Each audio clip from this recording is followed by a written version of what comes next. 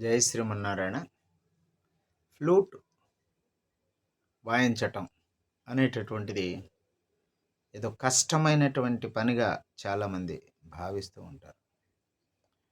ఇది ప్రతి ఒక్కరికి వస్తుంది. ఇది నాకు వస్తుందా అనేటటువంటి సందేహం చాలామందికి కలుగుతూ ఉంటుంది. ఇలాంటి సందేహాలు మనం పడవలసినటువంటి అవసరం లేదు. ఇప్పుడు ఫ్లూట్ అనేటటువంటిది రెండు రకాలుగా ఉంటుంది. ఒకటి 8 కన్నాల ఫ్లూట్ ఉంటుంది. మరొకటేమో ఈ విధంగా 6 కన్నాలు ఉండేటటువంటి ఫ్లూట్ ఉంటుంది. ఇది ఓన్గా నేను తయారు చేసుకున్నటువంటి ఫ్లూట్ అన్నమాట. ఎందుకంటే చెక్క ఫ్లూట్లు చాలా వరకు ఏమవుతున్నాయనంటే పగిలిపోతున్నాయి. ఇలా పగిలిపోవటం వల్ల దానికి ఏమవుతుంది అనంటే శబ్దం అనేటటువంటిది సరిగ్గా రాదు. సరే, ఇప్పుడు మనకి పైన మీకు ఒక ఇమేజ్ అనేది ఇవ్వటం జరిగింది. ఒక చిత్రం, సరళి స్వరాలు ఏ రకంగా మనం స్వరాలు వాయించాలి అనేటటువంటిది డయాగ్రాము.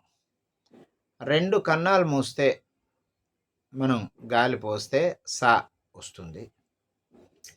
మొదటి కన్నాన్ని కాస్త మీరు ఓపెన్ చేయాలి, మాత్రమే చాలా కొంచెం ఓపెన్ చేస్తే అది రీ. రెండో కన్నం అంటే మొదటి కన్నం మనం పూర్తి మూసేయాల, రెండో కన్నాన్ని కాస్త ఓపెన్ చేస్తే రీ. తర్వాత అన్నింటినీ విడిచిపెట్టి ఇలా ఉంచడాన్ని గా అంటారు. తర్వాత మనకి మొదటి కన్నాన్ని విడిచిపెట్టడాన్ని మా అంటాం. ఆ తర్వాత ఇక్కడ చివరి కన్నాన్ని విడిచిపెట్టడాన్ని పా అని అంటారు. ఆ తర్వాత మనం ఈ రెండో కన్నాన్ని కాస్తంత ఓపెన్ చేసి మీరు వాయించడాన్ని దా అని అంటారు. ఆ తర్వాత ఈ రకంగా ఓపెన్ చేయడాన్ని నీ అంటాం. లేదు అది కాదు అని అనుకుంటే ఇక్కడ 1/4 ఈ హోల్ని ముయ్యాలి మనం. 1/4 మాత్రం, కొంచెం పైన 2 కన్నాలు మనం క్లోజ్ చేసి ఇక్కడ కొంచెం మాత్రమే క్లోజ్ చేయాలి. అది నీ అవుతుంది. అంటే 2 రకాలుగా కూడా మనం ఉపయోగించవచ్చు. ఇప్పుడు మీకు ఫ్లూట్ పట్టుకునే విధానం ఏమిటండి అని అంటే, ఎడం చెయ్యి అలవాటు ఉండేటటువంటి వాళ్ళు ఎడం చేతిని లోపల వైపు ఉండేటట్టు పట్టుకోవాలి, కుడి చేతిని ఇటువైపు వచ్చేటట్టు ఇలా పట్టుకుంటాం. ఇది మరి కుడి చెయ్యి అలవాటు ఉన్నటువంటి వాళ్ళు ఏం చేస్తారంటే, ఈ రకంగా కుడి చేతిని ఇలా ఉంచుతాం, మరి ఎడం చేతిని ఈ రకంగా పట్టుకుంటాం.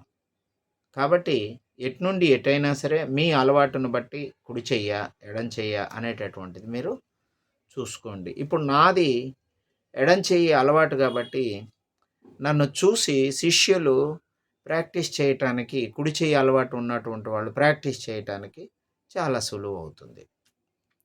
ఇప్పుడండి మీకు దీన్ని నేను చూపిస్తున్నాను. 2 కన్నాలు మూసి మనం బేస్ శబ్దాన్నే తీసుకురావాలి. బేస్ శబ్దం అంటే అది బేస్ శబ్దం.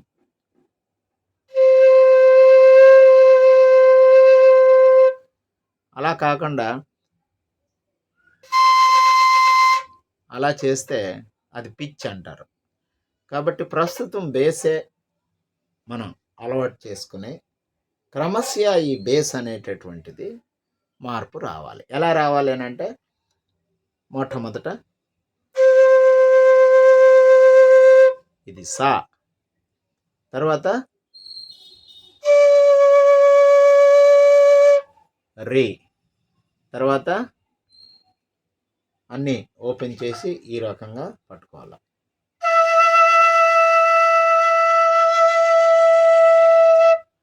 అది గా.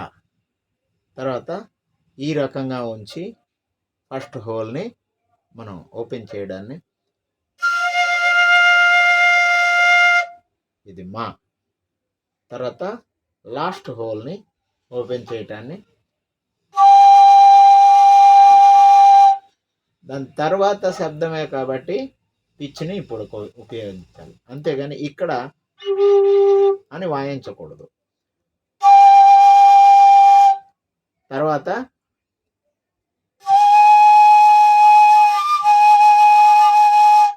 దా అనమాట. తర్వాత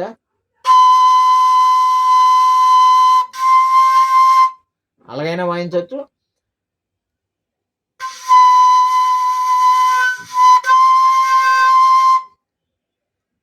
పైనుండి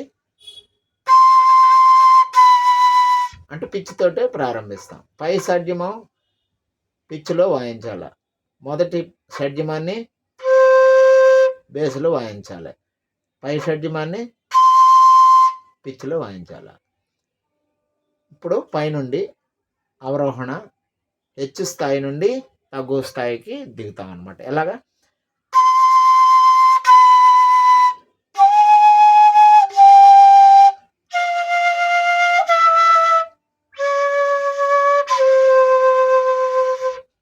ఇలా అనమాట.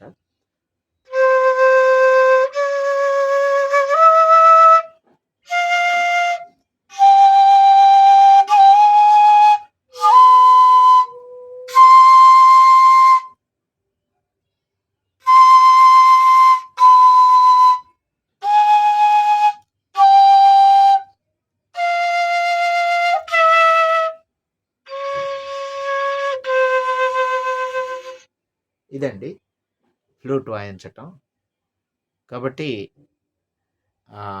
దీన్ని మీకు ఒక యాప్ కూడా ఇస్తాను, మీకు అది గురువుగా కూడా పనికొస్తుంది. అందులో అన్ని సరళి స్వరాలు ఒకదాని తర్వాత ఒకటి ఎలా ఉంటాయో ముందు వినండి. వినిన తర్వాత ఇలా మీరు ప్రాక్టీస్ చేయండి. చేసి నాకు ఎప్పటికప్పుడు పెడతా ఉండండి. జై శ్రీమన్నారాయణ.